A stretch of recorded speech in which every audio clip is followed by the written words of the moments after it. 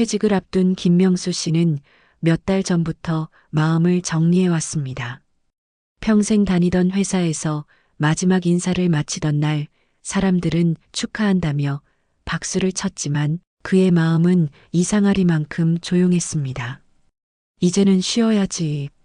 명수 씨는 그렇게 스스로에게 말하며 회사 정문을 천천히 걸어 나왔습니다.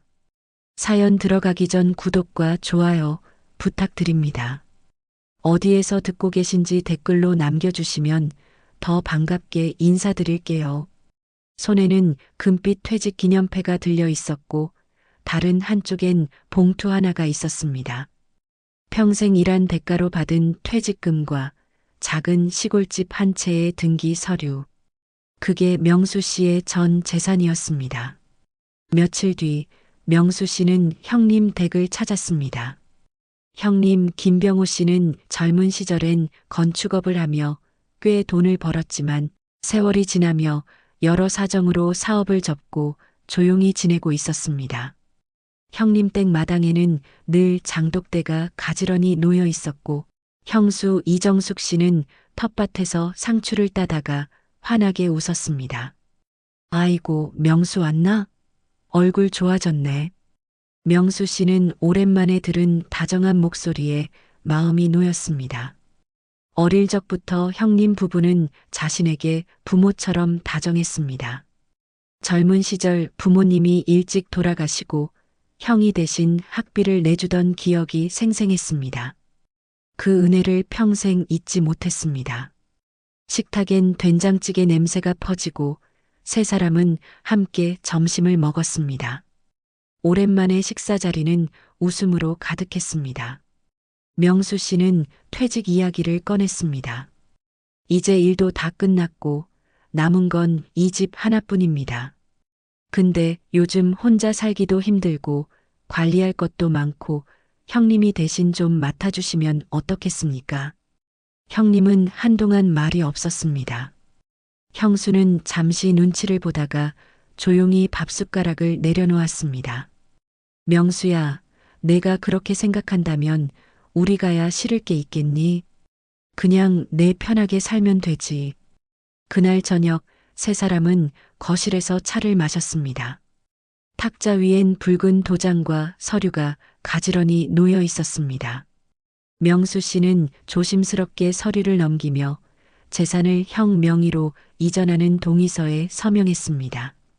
그의 손끝이 약간 떨렸지만 마음은 이상하게도 편안했습니다. 가족이니까 믿을 수 있지. 그는 그렇게 생각했습니다.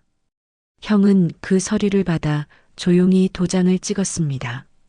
형수는 차를 따르며 부드럽게 미소를 지었습니다. 창문 너머로는 늦가을 햇살이 부드럽게 비쳐들었고 한적한 시골 마당엔 감나무 잎이 바람에 흔들리고 있었습니다. 그 평화로운 장면은 마치 오래된 가족 사진처럼 고요했습니다. 그날 밤 명수 씨는 작은 방에 누워 형님 댁 천장을 바라봤습니다. 밖에서는 개 짖는 소리가 멀리서 들렸고 벽시계의 초침이 규칙적으로 흘렀습니다. 그는 마음속으로 중얼거렸습니다. 이제 나도 한 짐 내려놨다. 앞으로는 형님 곁에서 편히 지내면 되겠지.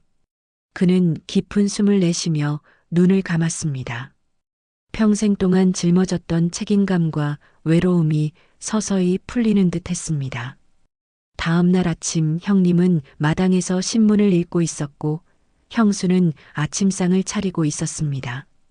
명수 씨는 부엌 문 앞에 서서 미소를 지었습니다. 형수님, 제가 뭐 좀 도와드릴까요? 형수는 웃으며 아니야, 손님처럼 계셔요라고 답했습니다. 그 말에 명수 씨는 괜히 어색하게 웃었습니다.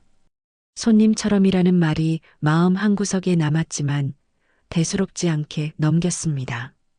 이제 가족이니 그저 말버릇일 거라 생각했습니다. 점심 무렵 형은 동네 사람들과 막걸리를 한 잔 나누며 웃고 있었습니다. 우리 동생이 참 성실해. 평생 고생만 하다 이제 쉬는 거야. 명수 씨는 그 말을 듣고 뿌듯했습니다. 오랜 세월 동안 함께했던 가족, 그 믿음이 자신을 지탱해 주리라 믿었습니다. 그날 오후 그는 형님 댁 마당에서 낙엽을 쓸며 행복한 미소를 지었습니다. 손에 닿는 낙엽 하나하나가 지나온 세월 같았습니다. 며칠이 지나고 명수 씨는 형님 부부와 함께 시장에 나갔습니다. 형수는 식자재를 사며 계산대 앞에서 이제부터 명수 것도 다 우리 가족 거야. 같이 먹고 사는 거지. 라며 웃었습니다. 명수 씨는 그 말이 왠지 마음이 따뜻했습니다. 이게 가족이지. 그는 다시 한번 마음속으로 중얼거렸습니다. 집으로 돌아온 뒤 명수 씨는 방 안에 앉아 조용히 가족 사진을 바라봤습니다. 사진 속에는 젊은 시절의 형제들이 팔짱을 끼고 서 있었습니다. 그때의 웃음은 순수했고 세상 근심이 없었습니다. 명수 씨는 그 시절로 돌아간 듯한 기분에 잠시 눈을 감았습니다. 그러나 그가 모르는 사이 식탁 위 서류철은 이미 형의 금고 속으로 들어가 있었습니다. 그리고 형수는 형에게 조용히 말했습니다. 이제 우리도 계획 좀 세워야지. 밤이 깊어가며 집안은 다시 고요해졌습니다. 명수 씨는 깊은 잠에 빠졌고 형은 거실에서 오래된 계산기를 두드렸습니다. 서류 더미 사이로 재산 이전 확인서가 비쳤습니다. 그 문서 위에 놓인 붉은 도장 자국은 여전히 선명했습니다. 밖에서는 겨울바람이 점점 세차게 불기 시작했습니다. 모든 것이 평화로워 보였지만 그 평화는 너무도 얇은 얼음 위에 놓여 있었습니다. 명수 씨는 아직 몰랐습니다. 그날 자신이 찍은 도장 하나가 앞으로의 삶을 송두리째 바꾸어 놓을 거라는 것을. 형님 댁에 들어온 지 한 달쯤 지났습니다. 김명수 씨는 매일 같은 시간에 일어나 마당을 쓸고 닭에게 모이를 주고 형수의 텃밭을 거들었습니다. 시골 공기는 맑았고 나무 그늘 아래엔 따뜻한 햇살이 비쳤습니다. 겉보기엔 아무 문제 없는 나날이 지나고 있었습니다. 하지만 그 평화 속엔 보이지 않는 금이 서서히 번져가고 있었습니다. 어느 아침이었습니다. 형수 이정숙 씨가 주방에서 형에게 조용히 말했습니다. 당신, 이제 명수 밥상은 따로 차려야겠어요. 식구가 늘어나면 분리하는 게 좋지. 그 목소리는 부드러웠지만 단호했습니다. 형 병호 씨는 잠시 말이 없었습니다. 그저 신문만 펴든 채 그래. 그럼 내 맘대로 해. 하고 짧게 말했습니다. 그날 저녁 명수 씨는 식탁에 앉아 조용히 밥을 기다렸지만 앞에는 그릇 3개가 놓이지 않았습니다. 부엌에서 형수의 목소리가 들렸습니다. 명수 밥은 방에 놨어요. 그는 잠시 멈칫했지만 아무 말도 하지 않고 작은 쟁반을 들고 방으로 들어갔습니다. 방 안엔 조용한 공기만 흐르고 그릇 뚜껑 아래로 김이 살짝 올랐습니다. 된장찌개 냄새가 희미하게 맴돌았습니다. 그는 숟가락을 들었다 놓았다 하면서 작게 숨을 내쉬었습니다. 형수님이 바쁜가 보다. 이런 날도 있지. 그는 그렇게 스스로를 달랬습니다. 며칠이 지나 형님 댁에는 조용한 방문객들이 오가기 시작했습니다. 형은 예전 거래처에서 나왔다는 남자를 응접실로 불러 앉혔습니다. 문이 반쯤 열려 있었기에 명수 씨는 그들의 목소리를 스칠 듯 들었습니다. 땅이 좋습니다. 개발 얘기가 돌고 있어요. 이거 확실한 정보야? 짧은 대화였지만 명수 씨의 귀엔 이상하게 걸렸습니다. 자신이 형 이름으로 옮겨준 그 땅이 떠올랐습니다. 혹시 팔 생각을 하나? 그는 손을 꼭 쥐었다가 놓았습니다. 하지만 곧 고개를 저었습니다. 설마 형님이 그러실 리가. 그날 밤 형님 댁 거실엔 조용히 불이 꺼지고 작은 탁자 위에 남은 커피잔 2개가 식어가고 있었습니다. 창문 밖에선 바람이 지붕을 스쳤습니다. 형수는 방에 들어와 형에게 조용히 물었습니다. 그 땅 팔면 우리도 이제 숨통 트이겠지요? 형은 한동안 대답하지 않았습니다. 다만 벽시계를 한참 바라보다가 아직은 때가 아니야. 라고 말했습니다. 그러나 그의 표정은 예전과 달리 무겁고 복잡했습니다. 그날 이후 형은 명수 씨를 피하듯 집 밖에서 보내는 시간이 길어졌습니다. 초겨울이 다가오자 바람이 차졌습니다. 명수 씨는 벽난로 앞에 앉아 양말을 기우고 있었습니다. 형수는 그를 슬쩍 보며 전기요금이 올라서 이제는 낮엔 불 끄세요. 하고 말했습니다. 명수 씨는 예, 그렇죠. 하고 고개를 숙였습니다. 그 이후로 그의 방은 늘 조금 춥게 느껴졌습니다. 밤마다 손끝이 시려웠지만 그는 불평하지 않았습니다. 내가 얹혀 사는 거니까 감사한 마음으로 있어야지. 그는 그렇게 스스로를 위로했습니다. 그러던 어느 날 동네 이장이 명수 씨를 찾아왔습니다. 명수 씨, 땅 서류 이름이 바뀌었던데 그거 다 형님 거로 넘겼나? 명수 씨는 당황하며 웃었습니다. 예, 그때 그렇게 했어요. 형님이 대신 관리해 주신다고 했거든요. 이장은 의미 모를 표정을 지었습니다. 그래요, 요즘 그 땅 근처가 시끄럽던데 조심하세요. 그 말은 가볍게 건넨 인사처럼 들렸지만 명수 씨의 가슴 어딘가가 서늘해졌습니다. 며칠 후 형은 마을회관에서 돌아와 피곤한 표정으로 들어왔습니다. 형수는 그에게 뭔가를 묻고 두 사람은 한동안 낮은 목소리로 이야기했습니다. 명수 씨는 방에서 조용히 그 소리를 들었습니다. 이제 슬슬 정리할 때야. 형의 목소리가 낮게 흘렀습니다. 명수 씨는 눈을 감고 그저 바람 소리만 들었습니다. 마당의 감나무 가지가 창문을 두드렸습니다. 그가 믿었던 평화가 서서히 갈라지는 소리였습니다. 다음 날 아침 식탁에는 이전처럼 세 사람의 자리가 차려지지 않았습니다. 형과 형수는 함께 앉아 식사하고 명수 씨의 자리는 비어 있었습니다. 그는 자신의 방에서 조용히 죽을 끓여 먹었습니다. 숟가락이 그릇에 닿는 소리만이 작게 울렸습니다. 그 소리는 그의 마음속 허전함을 더 크게 했습니다.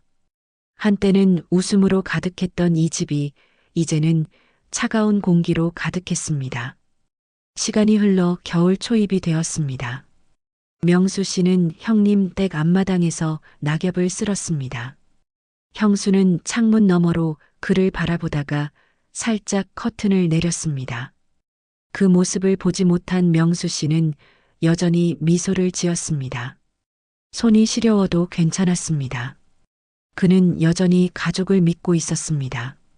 그러나 그날 밤 형의 전화기에는 이름 모를 부동산 중개업자의 문자가 도착했습니다. 땅 계약 준비 완료되었습니다. 휴대전화 불빛이 형의 얼굴을 밝혔습니다. 그의 눈빛엔 복잡한 감정이 스쳤습니다. 죄책감과 탐욕이 뒤섞인 그 눈빛은 길게 밤을 태웠습니다.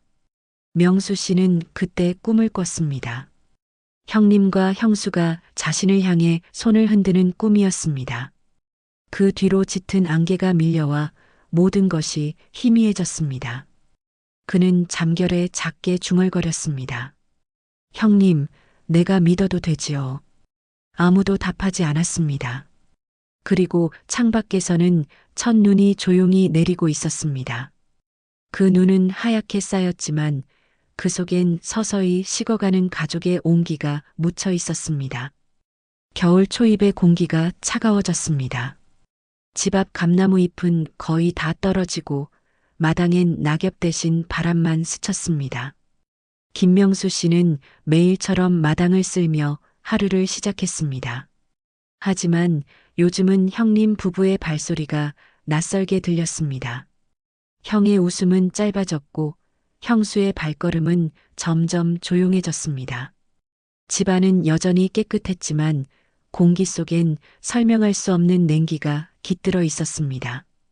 그날 아침 형수는 문득 방문을 살짝 열고 명수 씨를 불렀습니다. 그녀의 목소리는 낮고 차분했습니다. 명수 씨, 오늘은 밖에서 식사하시면 좋겠어요. 손님이 오거든요.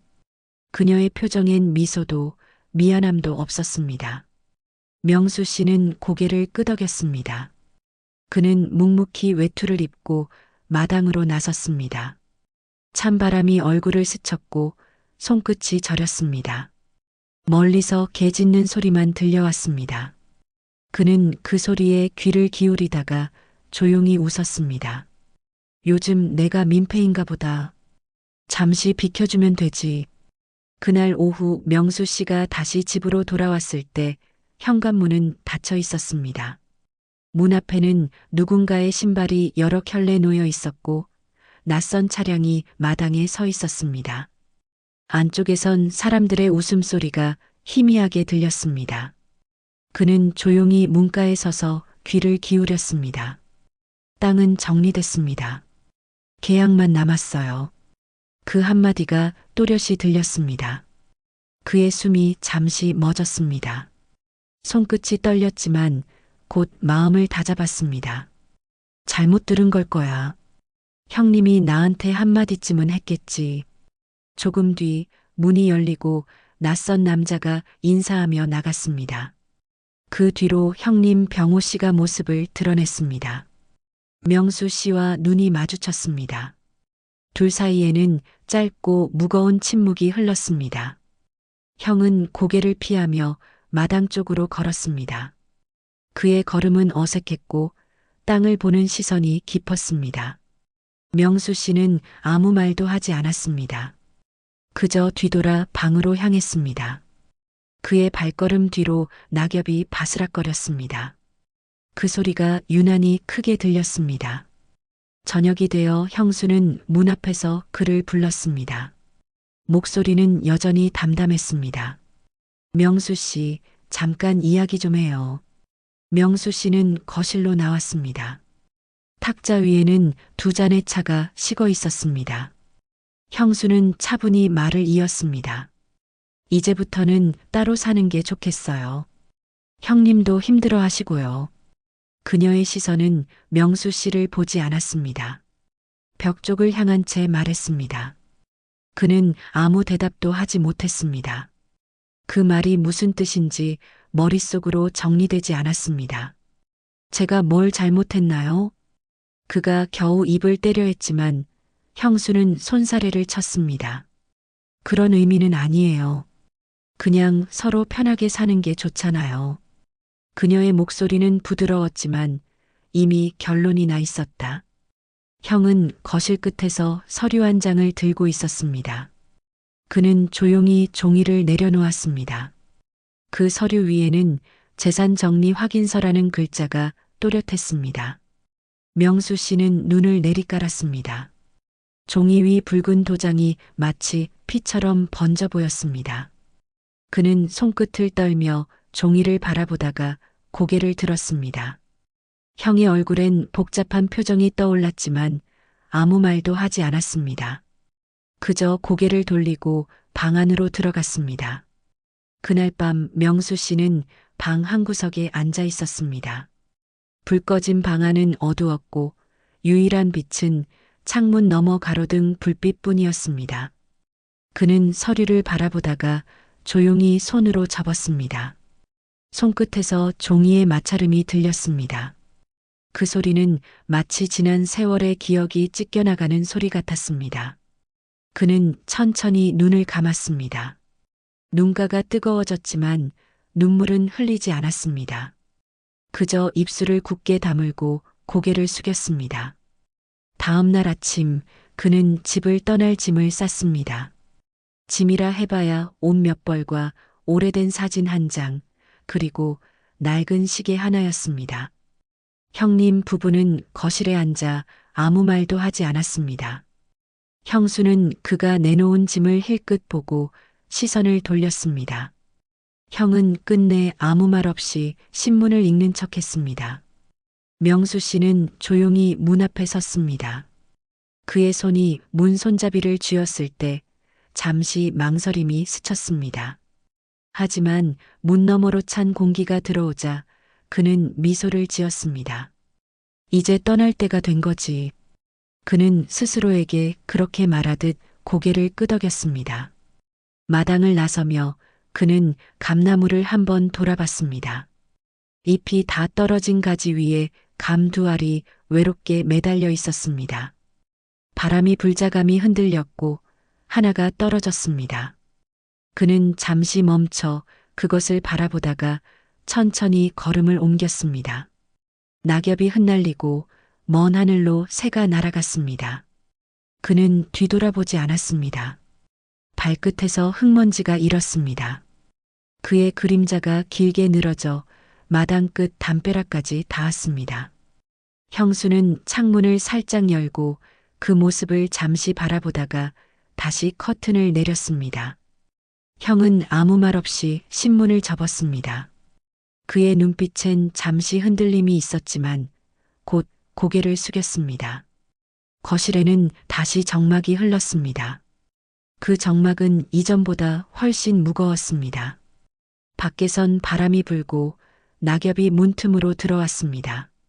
그 바람에 서류 한 장이 살짝 들썩였습니다. 붉은 도장이 찍힌 그 서류는 이제 되돌릴 수 없는 선택의 증거였습니다.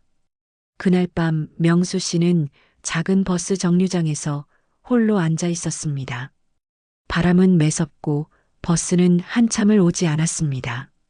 그는 가방을 무릎 위에 올려놓고 두 손을 모았습니다. 멀리서 희미하게 들려오는 마을 종소리가 귓가를 울렸습니다. 그 소리는 마치 지난 세월의 문을 닫는 듯 했습니다. 그는 눈을 감은 채 작게 숨을 내쉬었습니다. 형님 고맙습니다.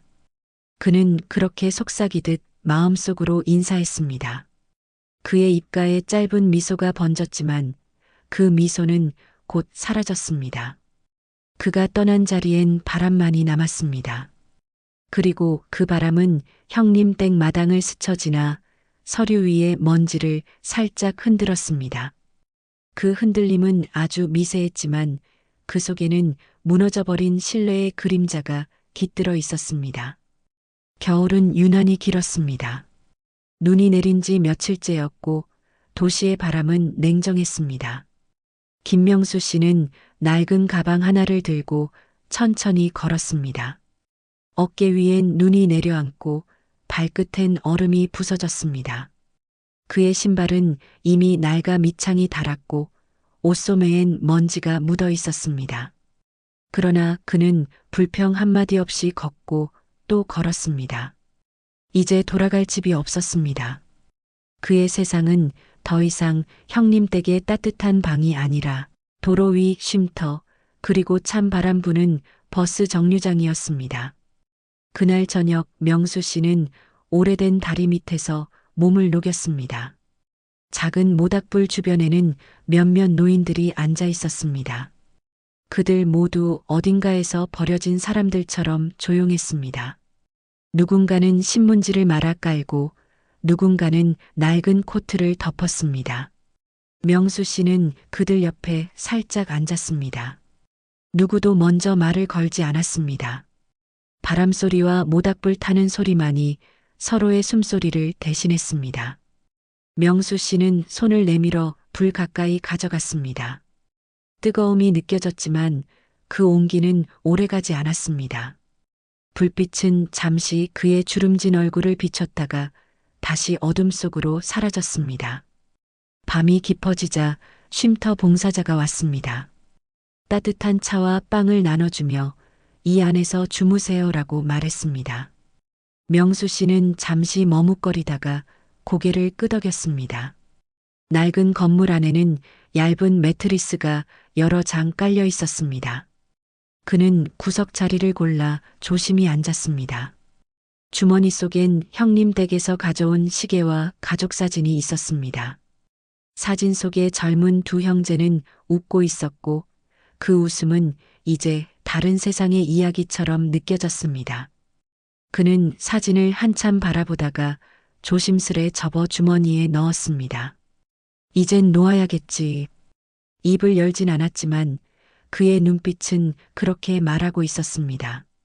아침이 되자 쉼터 안은 사람들의 기침과 발소리로 조금씩 깨어났습니다. 명수 씨는 담요를 개며 몸을 일으켰습니다. 창밖엔 흐린 빛이 내려앉아 있었습니다. 거리에는 사람들의 발걸음이 분주했고 노점상 아저씨의 목소리가 들려왔습니다. 명수 씨는 쉼터 문을 나서며 하늘을 올려다봤습니다. 어제보다 조금 더 맑았습니다. 그는 가만히 미소를 지었습니다. 비록 추위 속이었지만 어딘가에서 하루가 다시 시작된다는 게 고마웠습니다. 그는 공원 벤치에 앉았습니다. 주머니 속엔 동전 몇 개와 작은 빵 조각이 전부였습니다. 참새 몇 마리가 다가와 발치에 떨어진 부스러기를 쪼아 먹었습니다. 그는 그들을 가만히 바라보았습니다. 그래, 너희라도 배부르면 됐지. 입술이 움직였지만 소리는 나오지 않았습니다. 멀리선 아이들 웃음소리가 들려왔습니다. 그 소리를 들으며 그는 오래된 기억을 떠올렸습니다. 아들 서진이 어린 시절 공원에서 뛰놀던 그날의 햇살, 그때의 공기 냄새까지 떠올랐습니다. 그는 눈을 감고 잠시 그 장면 속으로 걸어 들어가는 듯 했습니다. 그러나 눈을 떴을 때 눈앞엔 낯선 도시의 회색 건물들 뿐이었습니다. 낮이 되고 그는 무료급식소로 향했습니다. 그곳은 작은 교회 건물 아니었습니다. 사람들이 줄을 서 있었고 명수 씨도 그 사이에 섰습니다. 그의 뒤에는 한 노인이 서 있었습니다. 그 노인은 낡은 모자를 벗으며 중얼거렸습니다. 나도 한때는 사장님 소리 들었지. 명수 씨는 잠시 고개를 돌려 그를 바라보았습니다. 말없이 미소를 지었습니다. 그 미소는 위로나 동정이 아니라 나도 그렇다는 묵묵한 공감이었습니다. 서로 아무 말 없었지만 두 사람의 눈빛엔 같은 슬픔이 머물렀습니다. 밥을 받아들고 자리에 앉았을 때 그는 식판 위의 밥을 천천히 떠먹었습니다. 밥은 차갑고 국은 싱거웠지만 그에게 그것은 오래전 잃었던 사람 냄새 같은 것이었습니다. 식당 안에는 낮은 목소리와 젓가락 부딪히는 소리가 섞여 있었습니다. 그 속에서 그는 처음으로 다시 살아있음을 느꼈습니다. 해가 질 무렵 그는 다시 다리 밑으로 돌아왔습니다. 오늘은 바람이 더 세찼습니다. 모닥불은 이미 꺼지고 불씨만 희미하게 남아 있었습니다. 그는 낡은 가방을 베고 누웠습니다. 하늘에는 별이 몇 개 떠 있었습니다. 그는 손을 들어 별 하나를 가리켰습니다. 저 별은 형님이겠지. 속으로만 그렇게 생각했습니다. 그리고 다른 하나를 바라보며 작게 웃었습니다. 이건 서진이 별. 그는 손을 가슴 위에 얹었습니다. 심장은 아직 규칙적으로 뛰고 있었습니다. 그 박동이 아직 자신이 끝나지 않았다는 것을 말해주는 듯 했습니다. 밤이 깊어질수록 공기는 차가워졌습니다. 그의 눈꺼풀이 서서히 내려앉았습니다. 멀리서 기차 소리가 들려왔습니다. 그 소리는 마치 어디론가 돌아가라는 신호처럼 들렸습니다. 명수 씨는 천천히 눈을 감았습니다. 그리고 속으로 기도했습니다. 하루만 더 견디자. 내일은 조금 따뜻하겠지. 그는 그렇게 생각하며 잠이 들었습니다. 하늘의 별빛은 여전히 차가웠지만 그의 얼굴엔 오랜만에 잔잔한 평화가 스쳤습니다. 마치 세상의 모든 짐을 잠시 내려놓은 사람처럼. 눈은 며칠째 그치지 않았습니다. 서울 외곽의 낡은 쉼터 지붕 위로 흰 눈이 소리 없이 쌓였습니다. 김명수 씨는 새벽부터 눈을 쓸며 마당 한켠의 통로를 닦았습니다. 손끝은 얼어붙고 숨은 하얗게 흩어졌습니다.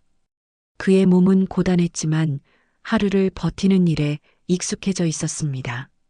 그는 이제 날마다 같은 일과를 반복했습니다. 아침엔 눈을 치우고 점심엔 급식소로 가며 밤엔 다리 밑에 불빛을 그리워했습니다. 세상은 그를 잊었지만 그는 세상을 원망하지 않았습니다.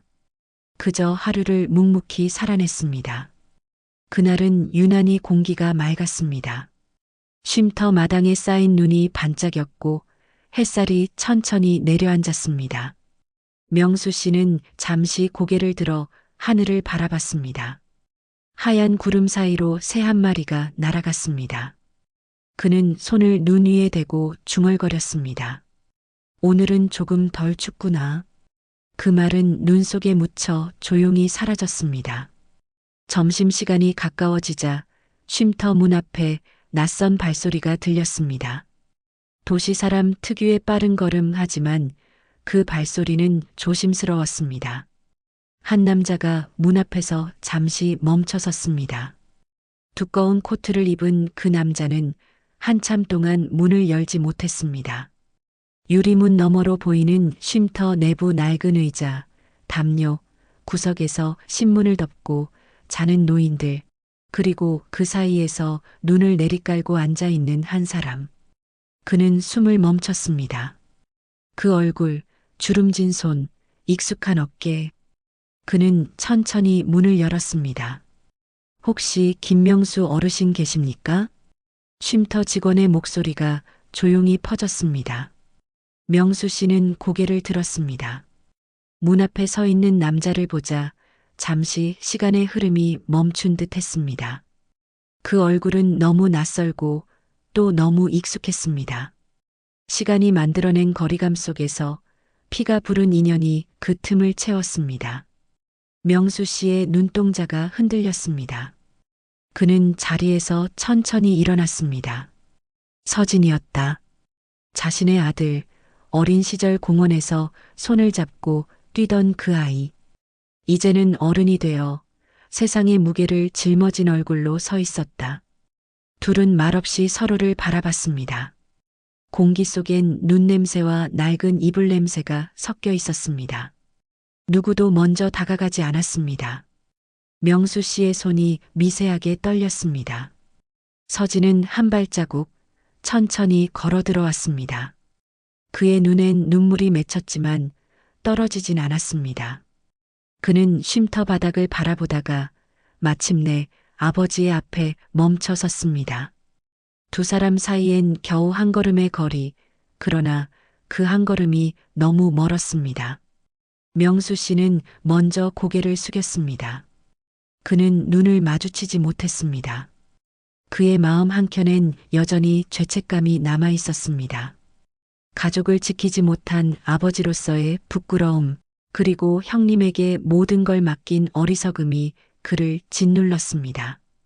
그의 어깨가 살짝 떨렸습니다.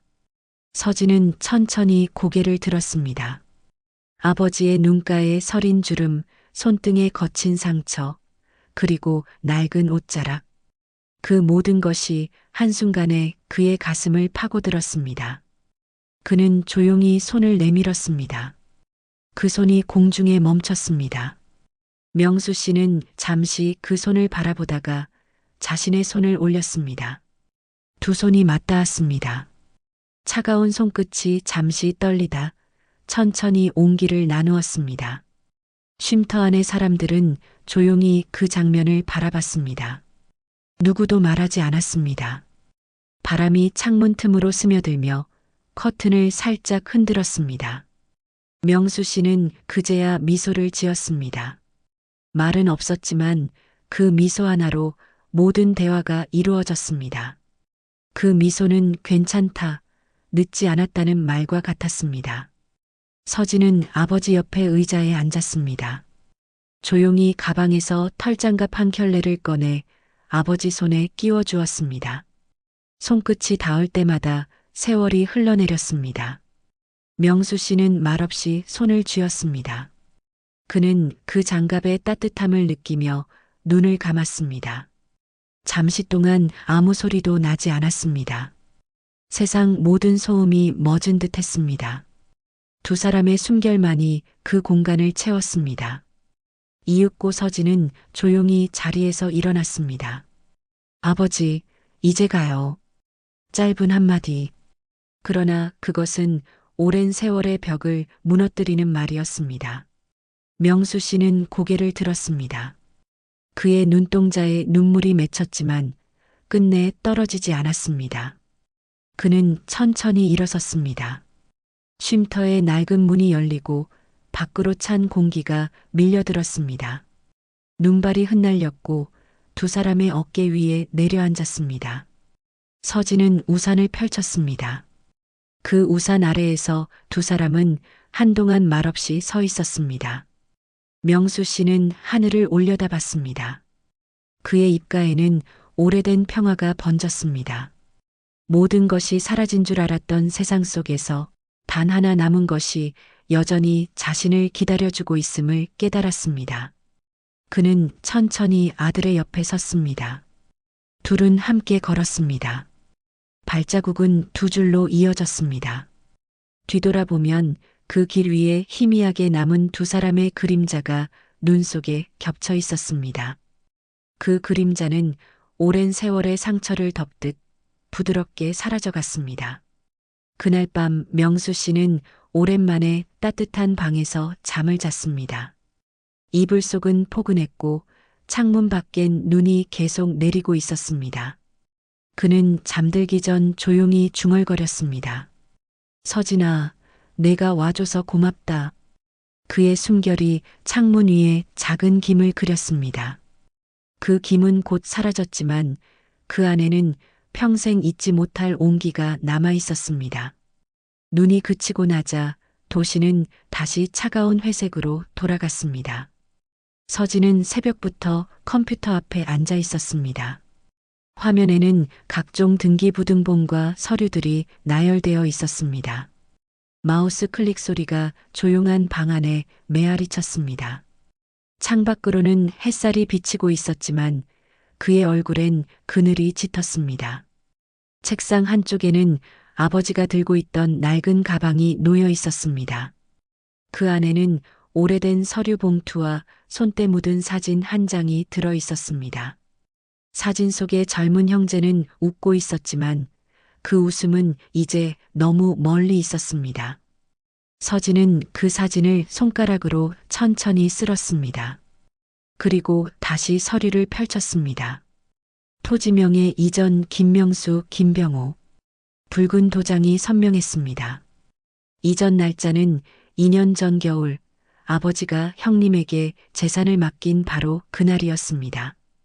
그는 깊은 한숨을 내쉬었습니다.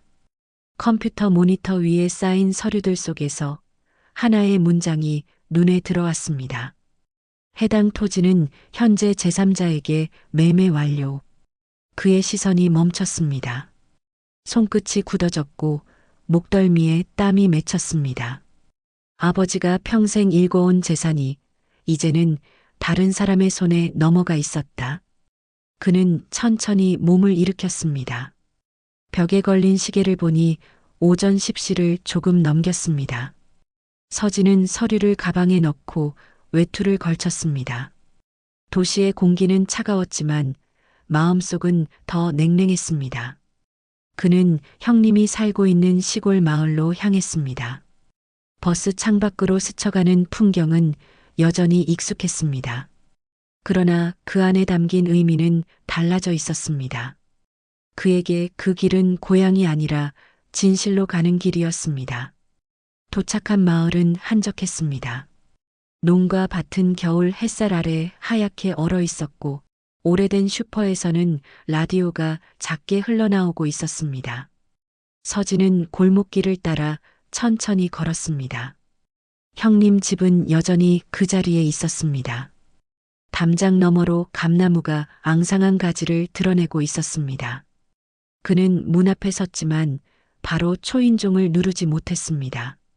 한참 동안 숨을 고르고 나서야 손가락을 올렸습니다.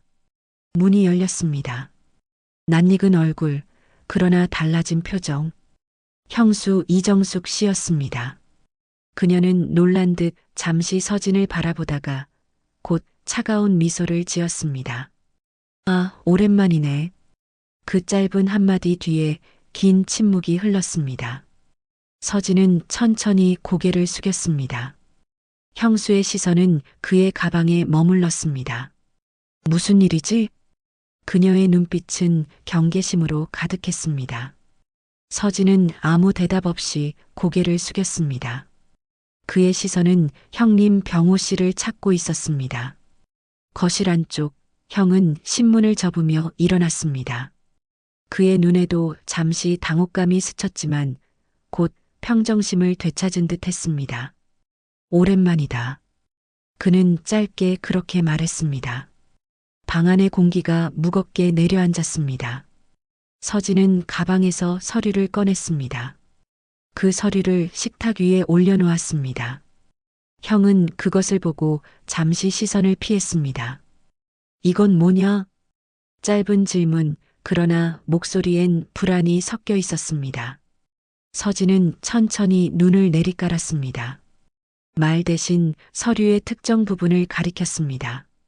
명예 이전 일자, 매매 계약서 사본. 형의 눈썹이 미세하게 떨렸습니다. 그리고 곧 침묵이 흘렀습니다. 형수는 그 옆에서 손을 꼭 쥐었습니다. 거실의 시계 초침 소리만이 귓가를 때렸습니다. 형은 자리에 앉아 신문을 다시 펼치는 척했습니다. 그러나 손이 떨려 종이가 부스럭거렸습니다. 세상 일이라는 게 다 그런 거야. 관리하다 보면 이름이 오갈 수도 있지. 그의 목소리는 낮았지만 끝맺음이 흐릿했습니다. 서진은 아무 말도 하지 않았습니다. 그는 아버지가 했던 말을 떠올렸습니다. 가족이니까 믿었단다. 그 믿음이 어떻게 배신으로 바뀌었는지 지금 눈앞에서 보고 있었다. 서진은 더 이상 그 자리에 머무를 수 없었습니다. 그는 조용히 서류를 챙겨들고 자리에서 일어났습니다. 문을 나서며 마지막으로 한번 뒤돌아봤습니다. 형의 얼굴엔 깊은 주름과 피로가 섞여 있었습니다. 그 속에서 죄책감인지 후회인지 모를 그림자가 스쳤습니다. 밖으로 나오자 바람이 세차게 불었습니다. 하늘은 흐리고 구름 사이로 햇빛이 희미하게 새어나왔습니다. 서진은 주머니에서 휴대폰을 꺼내 변호사 사무실의 번호를 눌렀습니다. 정현수 법률사무소라는 이름이 화면에 떴습니다. 수화기 너머로 들려오는 차분한 목소리. 네, 어떤 건이십니까? 서진은 숨을 고르고 짧게 말했습니다. 아버지 명의의 재산 문제로 상담을 받고 싶습니다. 그날 오후 그는 변호사 정현수를 만났습니다. 사무실은 깔끔했고 책장에는 법전이 가지런히 꽂혀 있었습니다. 정 변호사는 꼼꼼히 서류를 살폈습니다. 명의 이전 시점과 거래 내역이 맞지 않습니다. 내부적으로 조작된 흔적이 있습니다. 그 말에 서진은 고개를 떨궜습니다. 되찾을 수 있을까요? 변호사는 잠시 침묵하다가 고개를 들었습니다.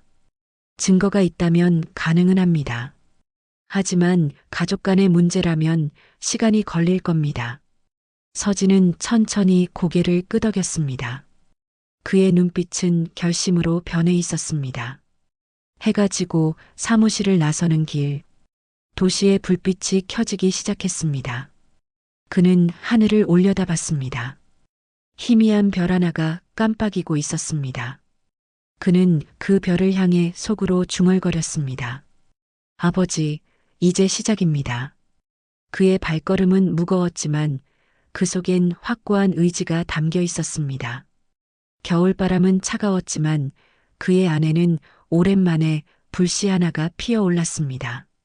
그 불씨는 잃어버린 진실을 되찾기 위한 작은 빛이었습니다. 하늘이 흐렸습니다. 법원 앞 나무들은 잎을 다 떨군 채 앙상한 가지를 드러내고 있었습니다. 차가운 바람이 법정 유리창을 스쳤습니다. 그날 김명수 씨는 오래된 코트를 입고 법정 안에 조용히 앉아 있었습니다. 그의 옆에는 아들 서진이 앉아 있었고 맞은편엔 형 병우와 형수 이정숙이 자리했습니다. 한때 한 식탁에서 밥을 먹던 가족들이 이제 차가운 방청석 사이에 앉아 있었습니다. 법정의 공기는 무겁고 시계 초침 소리마저 들리지 않을 만큼 고요했습니다. 판사석 앞에는 여러 장의 서류와 증거 자료가 정리되어 있었습니다. 토지명의 이전 계약서, 계좌 거래 내역서, 부동산 매매 기록. 그 서류들은 한 노인의 신뢰가 어떻게 깨졌는지를 보여주는 증거였습니다. 변호사 정현수는 차분히 서류를 넘겼습니다. 그의 손끝이 흔들리지 않았지만 목소리에는 단호함이 담겨 있었습니다. 법정의 모든 시선이 그 손끝을 따라 움직였습니다. 피고 김병호 씨는 피해자 김명수 씨의 재산을 관리한다는 명목으로 명의를 이전받은 후 제3자에게 무단 매매하였습니다. 그 말이 끝나자 잠시 정적이 흘렀습니다. 병호의 얼굴이 굳어졌습니다. 그는 손을 모은 채 고개를 숙였습니다. 형수는 옆에서 손수건을 쥐었지만 그 손끝은 미세하게 떨렸습니다. 명수 씨는 아무 말도 하지 않았습니다. 그저 조용히 두 눈을 감았습니다. 그의 마음속엔 분노 대신 긴 한숨이 남아 있었습니다. 오랜 세월 믿었던 가족에게서 돌아온 배신이지만 이제 그는 그조차도 받아들일 준비가 되어 있었습니다. 법정 한쪽에서는 기자들이 카메라를 들었지만 이 사건은 세상에 알려질 만큼 크지 않았습니다. 단지 한 가족의 조용한 붕괴이자 또 다른 시작이 될 이야기일 뿐이었습니다. 변호사는 다시 입을 열었습니다. 거래 당시의 통장 입출금 내역을 확인한 결과 피고 계좌로 금액이 송금된 사실이 있습니다. 스크린에 비친 계좌 화면에 숫자들이 나열되었습니다. 그 숫자들은 명수 씨의 지난 생애가 숫자로 바뀐 흔적이었습니다. 병호는 고개를 들었습니다. 그의 눈동자엔 피로와 후회가 뒤섞여 있었습니다. 잠시 동안 그의 입술이 움직였지만 말은 나오지 않았습니다. 그의 시선이 동생을 향했습니다. 그 눈빛 속에는 미안함, 두려움, 그리고 포기가 동시에 담겨 있었습니다. 판사는 천천히 말을 이었습니다. 피고 김병호 씨 본건에 대해 변명하실 부분이 있습니까? 그 질문에 병호는 잠시 입을 다물었습니다. 그리고 이내 작게 숨을 내쉬었습니다. 그저 지켜주려 했습니다. 짧은 한마디가 공기 중에 흩어졌습니다. 그 말엔 변명도 설득도 없었습니다. 오직 무너진 양심의 마지막 한 줄이 남아 있었을 뿐이었습니다. 명수 씨는 그 말을 들으며 고개를 숙였습니다. 그의 눈가엔 잔잔한 물기가 맺혔습니다. 하지만 그는 울지 않았습니다. 그는 그저 두 손을 무릎 위에 포개고 고개를 숙인 채 있었다. 형의 목소리가 여전히 귀에 남아 있었지만 그 속에는 더 이상 분노할 힘이 남아있지 않았습니다. 그의 마음은 이미 모든 걸 넘어선 곳에 있었습니다. 서진은 아버지 옆에서 손을 꼭 쥐었습니다. 그 손끝에선 긴장과 슬픔이 함께 전해졌습니다. 그는 아버지를 바라보다가 조용히 눈을 감았습니다. 그 순간 명수 씨는 아들의 손등을 살짝 덮었습니다. 아무 말도 하지 않았지만 그 손길 하나로 충분했습니다. 그것은 괜찮다, 다 지나간다는 침묵의 언어였습니다. 법정 안의 시계가 3번 울렸습니다. 판사는 판결문을 읽었습니다. 피고 김병호에게 사기 및 배임 혐의가 인정되어 집행유예 2년을 선고한다.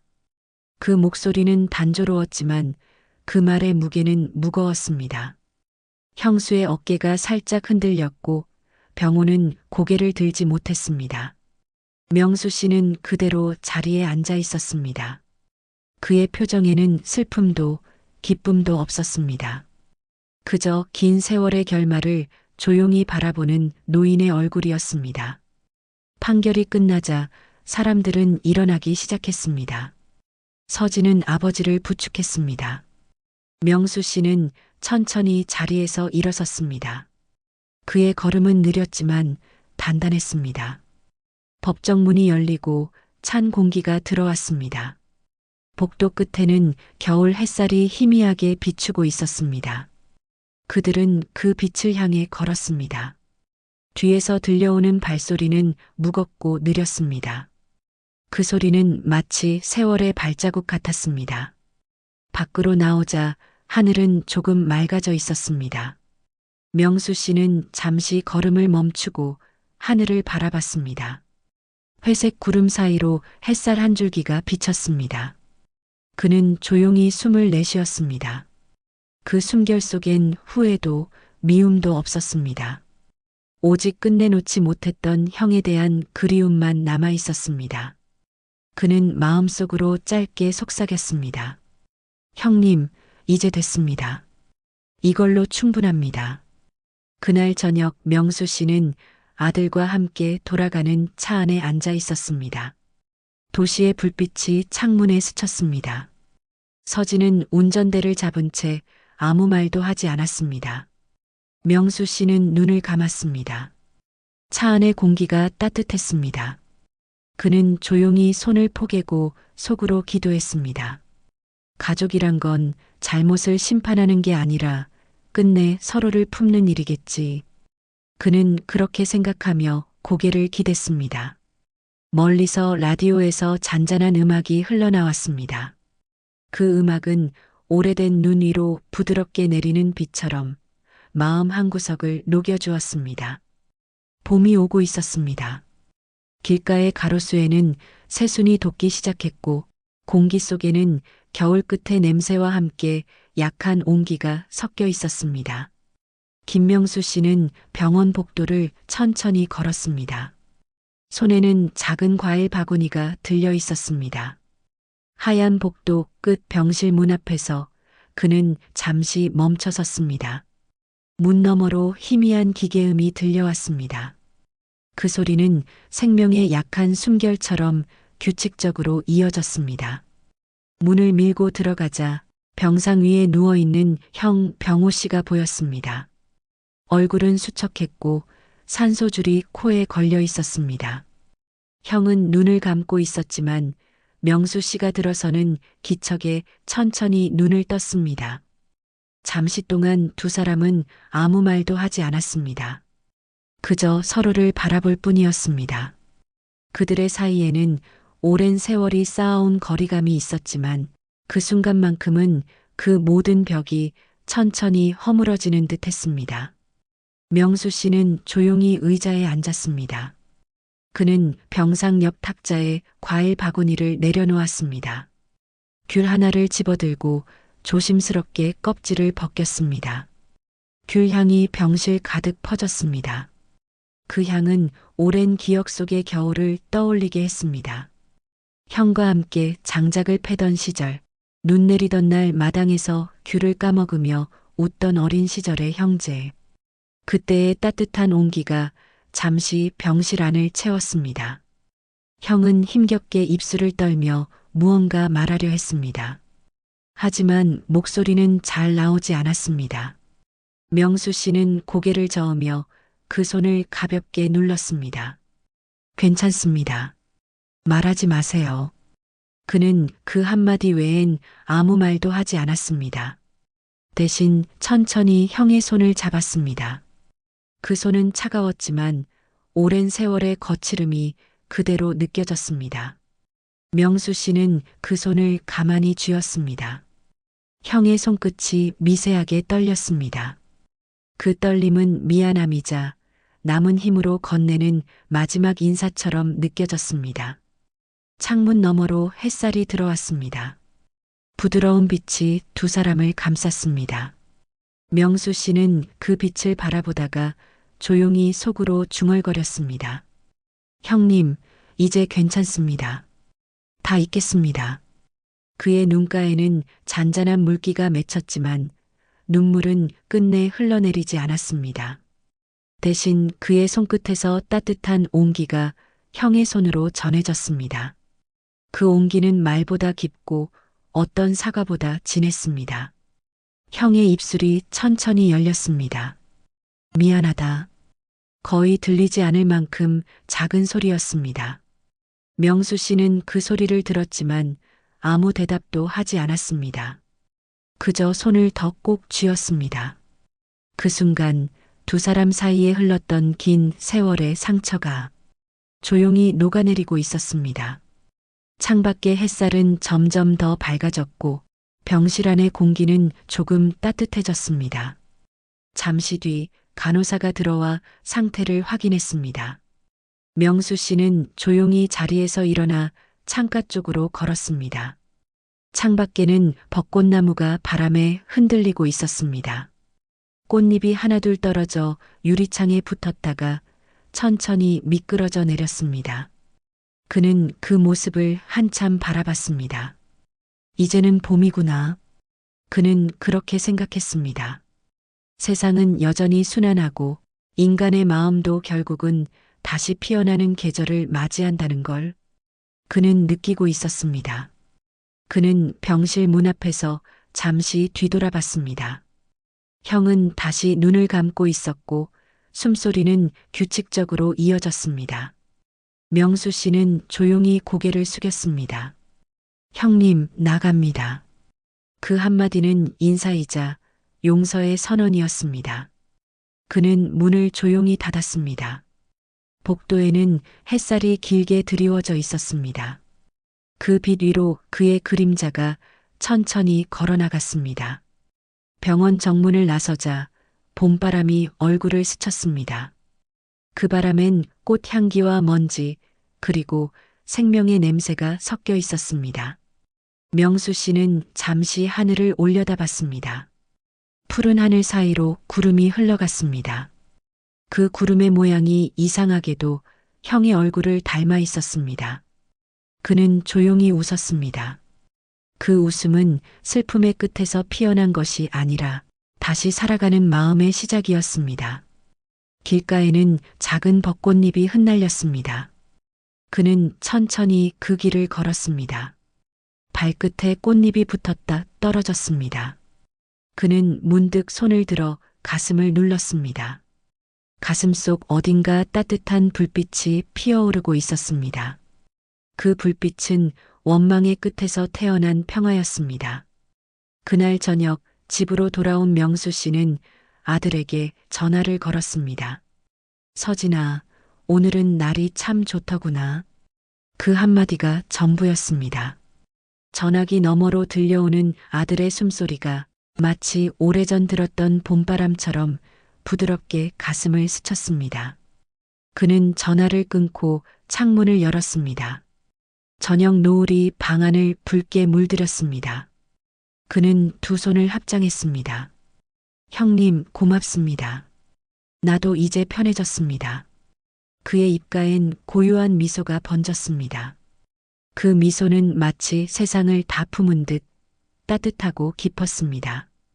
봄이 완전히 자리 잡았습니다. 산에는 연두빛이 번지고 논두렁엔 제비꽃이 피었습니다. 바람은 차갑지 않았고 공기엔 흙 냄새와 햇살 냄새가 함께 섞여 있었습니다. 김명수 씨는 시골역에 내렸습니다. 손에는 작은 가방 하나와 묘목이 담긴 화분이 들려 있었습니다. 기차가 떠난 뒤 플랫폼은 고요했습니다. 그는 잠시 역 앞 벤치에 앉아 주변을 둘러보았습니다. 멀리 들판 너머로 자신의 옛집 지붕이 희미하게 보였습니다. 그곳은 한때 웃음이 가득했던 집이자 세월의 모든 상처가 남은 곳이었습니다. 그는 천천히 걸음을 옮겼습니다. 길가에는 민들레가 피어 있었고 아이들이 공을 차며 놀고 있었습니다. 명수 씨는 그 모습을 바라보다가 미소를 지었습니다. 그 미소엔 피로와 평화가 함께 섞여 있었습니다. 발밑의 흙길은 오래된 기억처럼 익숙했습니다. 신발 밑에서 흙이 바스락거렸고 먼지가 햇빛 속에서 반짝였습니다. 집 앞에 도착하자 마당은 그대로였습니다. 감나무 가지엔 새 잎이 돋고 장독대 위엔 먼지가 살짝 내려앉아 있었습니다. 그는 대문 앞에서 잠시 섰습니다. 이 문을 마지막으로 나서던 날 자신은 모든 걸 잃었다고 생각했습니다. 하지만 지금 그 문 앞에 선 마음은 달랐습니다. 그는 조용히 문을 밀었습니다. 낡은 철문이 삐걱이며 열렸습니다. 햇살이 마당 위로 쏟아졌습니다. 그는 마당 한가운데로 걸어가 묘목을 내려놓았습니다. 그것은 어린 나무였습니다. 아들 서진이 사준 벚나무 한 그루. 그는 삽으로 흙을 파기 시작했습니다. 손에 힘이 들어갔고 흙 냄새가 진하게 올라왔습니다. 이마에 땀이 맺혔지만 그는 천천히 미소를 지었습니다. 땅은 차갑지 않았습니다. 그는 묘목에 뿌리를 심고 흙을 덮었습니다. 그리고 손바닥으로 가볍게 다졌습니다. 그 동작 하나하나에 지난 세월의 모든 마음이 담겨 있었습니다. 잠시 뒤 그는 벤치에 앉아 새로 심은 나무를 바라보았습니다. 바람이 불자 나뭇잎이 미세하게 흔들렸습니다. 그 움직임은 마치 새 생명이 숨을 쉬는 듯 했습니다. 명수 씨는 그 모습을 보며 속으로 중얼거렸습니다. 이제 여기서 다시 시작하자. 그 말은 결심이 아니라 오랜 기다림 끝에 다짐처럼 들렸습니다. 그는 천천히 집 안으로 들어갔습니다. 오래된 마루는 여전히 삐걱거렸고 창틀에는 먼지가 앉아 있었습니다. 그는 걸레를 들고 조용히 닦기 시작했습니다. 유리창 너머로 햇살이 들어오고 그 빛이 방 안 구석구석을 밝혔습니다. 벽에 걸린 낡은 사진들이 그 빛을 받으며 반짝였습니다. 젊은 시절의 형과 자신, 그리고 어린 서진의 모습이 그대로 남아 있었습니다. 그는 그 사진 앞에서 한참을 서 있었습니다. 사진 속 형의 웃음을 바라보며 그는 작게 고개를 숙였습니다. 그의 입술이 미세하게 떨렸습니다. 형님, 고맙습니다. 그때의 기억으로 충분합니다. 그의 눈빛은 슬픔보다 따뜻함으로 가득했습니다. 밖에서는 새소리가 들렸습니다. 참새들이 지붕 위를 오가며 지저귀었습니다. 그 소리는 오래전 아침의 기억을 불러왔습니다. 그는 마루에 앉아 손을 무릎 위에 올리고 천천히 숨을 내쉬었습니다. 바람이 커튼을 흔들었고 그 사이로 벚꽃잎 한 장이 방 안으로 들어왔습니다. 그는 손바닥으로 그 꽃잎을 받았습니다. 꽃잎은 가볍고 따뜻했습니다. 그 순간 그는 자신이 드디어 세상과 화해했음을 느꼈습니다. 해가 지기 시작했습니다. 마당 위로 붉은 노을이 내려앉고 나무 그림자가 길게 드리워졌습니다. 그는 천천히 밖으로 나와 새로 심은 벚나무 아래에 섰습니다. 나뭇잎 사이로 석양빛이 스며들며 반짝였습니다. 그는 손을 모아 눈을 감았습니다. 지나간 건 모두 흘러가고 남은 건 이 평화뿐이구나. 그의 얼굴엔 고요한 미소가 번졌습니다. 그 미소는 세월이 남긴 모든 상처를 감싸 안는 듯 했습니다. 그날 저녁 아들 서진이 차를 몰고 찾아왔습니다. 엔진 소리가 멈추자 그는 문 밖으로 나왔습니다. 서진은 미소 지으며 손을 흔들었습니다. 명수 씨는 조용히 고개를 끄덕였습니다. 둘은 마당에 나란히 서서 새로 심은 벚나무를 바라봤습니다. 서진이 손에 든 물병을 건네주자 명수 씨는 그 물을 나무 뿌리에 천천히 부었습니다. 물줄기가 흙 위로 흘러내렸고 그 위에 석양이 비쳤습니다. 빛과 물, 흙과 바람이 어우러져 한 폭의 그림처럼 고요했습니다. 이 나무가 자라면 형님도 함께 보겠지요. 명수 씨는 그 말을 마음속으로만 중얼거렸습니다. 말하지 않아도 아들은 느꼈습니다. 두 사람은 한동안 아무 말 없이 나무를 바라봤습니다. 바람이 불자 새순이 살짝 흔들렸습니다. 그 움직임은 마치 두 사람의 마음을 대신해 인사하는 듯 했습니다. 해가 완전히 지고 하늘은 분홍빛에서 남색으로 바뀌었습니다. 별이 하나둘 떠오르기 시작했습니다. 명수 씨는 하늘을 바라봤습니다.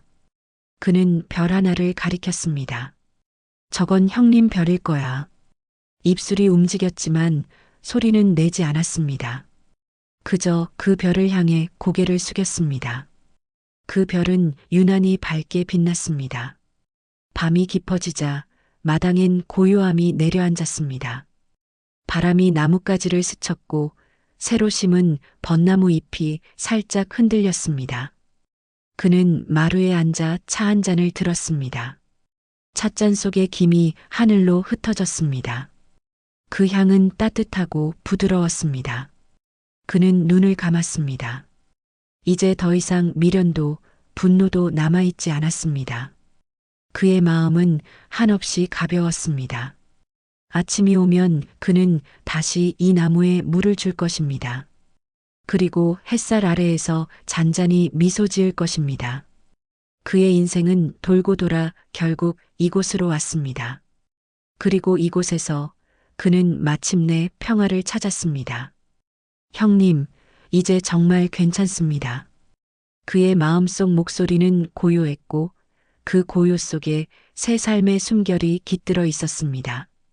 오늘도 시청해주신 모든 분들께 감사드립니다.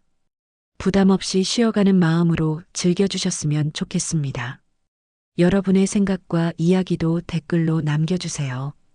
한 줄 한 줄 전해주시는 마음 늘 기다리고 있답니다.